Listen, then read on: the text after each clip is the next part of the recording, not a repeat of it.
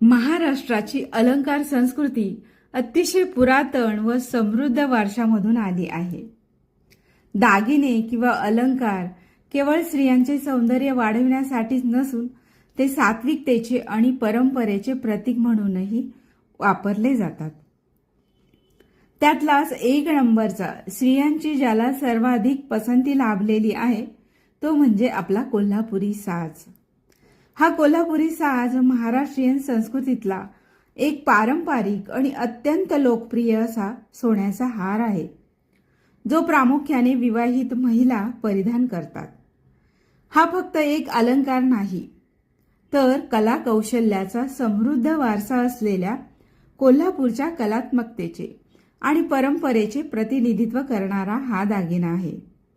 यामध्ये 21 लोमते डूल असून त्यापैकी 10 डूल हे भगवान विष्णूंचे अवतार आहेत. 8 डुलांचे एक अष्टमंडळ यात आहे. एक डूल माणकाचा, एक पाचूचा आणि एक डूल म्हणजे डोरला. डोरला म्हणजे तावीज, तो लाल किंवा गुलाबी रंगाचा असतो. कोल्हापुरी साज हा एक दागिना असून तो लाखेपासून बनविला जातो. लाखेवर पत्रा मढवलेला असतो. या कोल्हापुरी साजामध्ये जावमणी आणि पानड्या म्हणजे वेगवेगळ्या आकाराची पाने असतात. ती सोन्याच्या तारेने गुंफलेली असतात.